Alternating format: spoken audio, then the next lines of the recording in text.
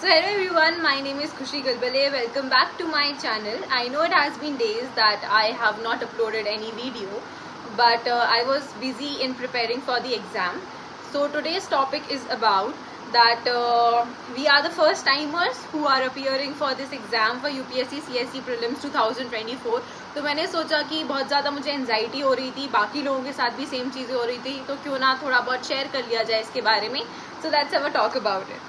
छोटी सी story share करना चाहती हूँ आप सभी के साथ में. जब मैं क्लास 11th में थी तभी मैंने डिसाइड कर लिया था that I have to sit for this examination.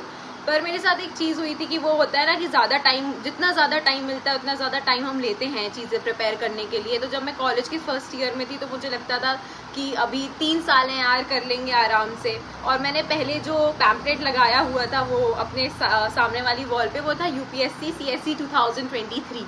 पर ऐसे ही टाइम का वैल्यू ना करते करते 2023 भी आ गया and that was the time when I realise कि मैंने तो कुछ प्रिपेयर ही नहीं किया है. तो अनफॉर्चुनेटली मुझे जो है ना 1 साल आगे एग्ज़ाम बढ़ाना पड़ा अपना, कि मैं 2024 में अपना एग्ज़ाम दूंगी.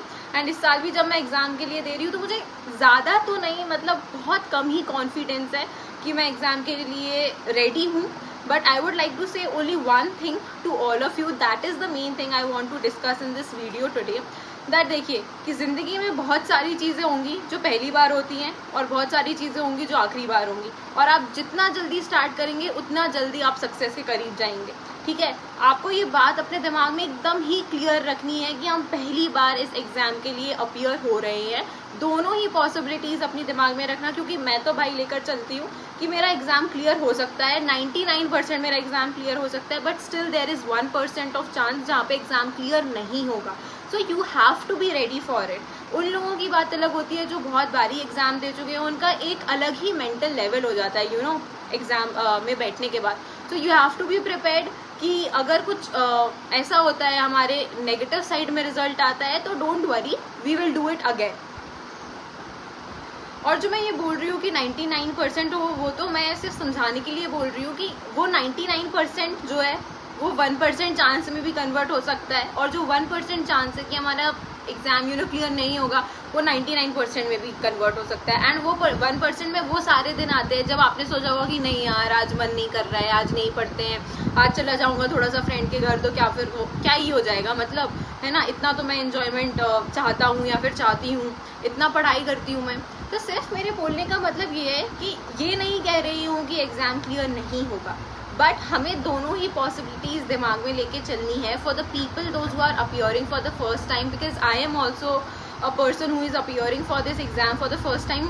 हालांकि मैं इस एग्ज़ाम के लिए प्रिपेयर कर रही हूँ from the past 6 to 7 years when I was in class 11. Still मेरे पास अभी उतना कॉन्फिडेंस नहीं है, या तो आप ये कह सकते हैं, क्योंकि किसी के भी पास कॉन्फिडेंस नहीं होता. इवन आपने टॉपर्स को भी सुना होगा जो ये एग्जाम निकाल लेते हैं, वो बोलते हैं कि 99% मेरी मेहनत है, पर वो जो 1% लक होता है ना, वो भी एक बहुत बड़ा फैक्टर है.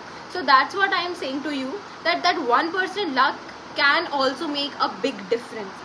And the main thing in this exam which every topper says, that is consistency. Now what is this consistency?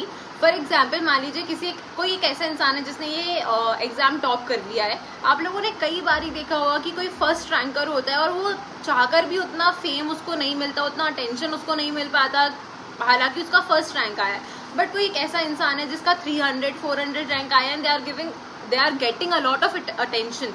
So what is this particular thing? क्या एक ऐसी चीज है जिसके कारण उनको attention मिल रहा है? Just because that they are consistent with their efforts day by day and they are able to grasp so much of attention. So you have to maintain that even after clearing the exam. अगर आपको ऐसा लगता है कि आप अपनी consistency को छोड़ देंगे, तो ऐसा नहीं है. आपके चैलेंजेस, आपकी रिस्पॉन्सिबिलिटीज जो है वो डे बाई डे बढ़ती जाती है. So that's what you have to do. Same चीज़ हमको एक नेगेटिव कॉन्सिक्वेंस में लगाकर देखनी है कि अगर एग्जाम नहीं भी होता है तो सिर्फ एक चीज़ है जो अपने दिमाग में रखना, कि ज़रूरी नहीं है कि रेस में भागना अगर हमने स्टार्ट किया और एक बार हम बीच में गिर गए, इसका मतलब ये नहीं होता कि आप हार गए. Still there are possibilities and still there are chances that you can get up back. आप फिर से अपनी स्ट्रेंथ और एनर्जी को दोबारा लेकर आइए और दोबारा दौड़ना कोशिश करिए. ये भी पॉसिबिलिटी हो सकती है कि जो इंसान एक बार भी बीच में नहीं गिरा, आप उससे भी जीत सकते हैं. Okay, so there is always a positive chance. You are getting into the race. It is a sprint. You have to run day by day, आप थक नहीं सकते हो।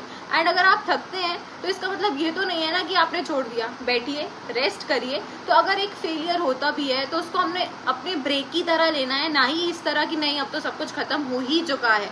सो just what you have to do is, जितना भी time बचा है उस टाइम को अच्छे से यूटिलाइज करिए। अब वो वक्त नहीं है कि आप खुद को सेल्फ डाउट में रखें और फिर इस बात से डिप्रेशन में जाएं या फिर एंजाइटी में रहें कि अब क्या होगा, अब तो बहुत कम टाइम है।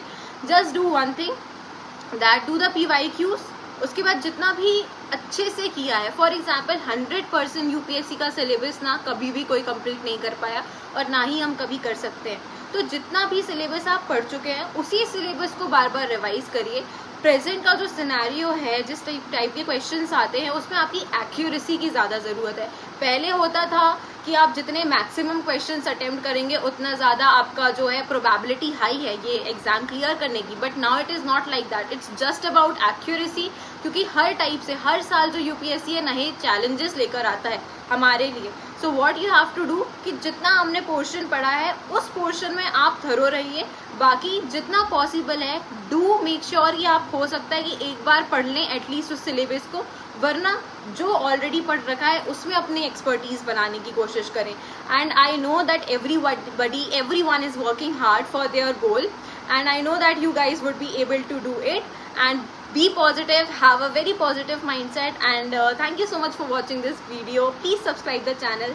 Bye bye.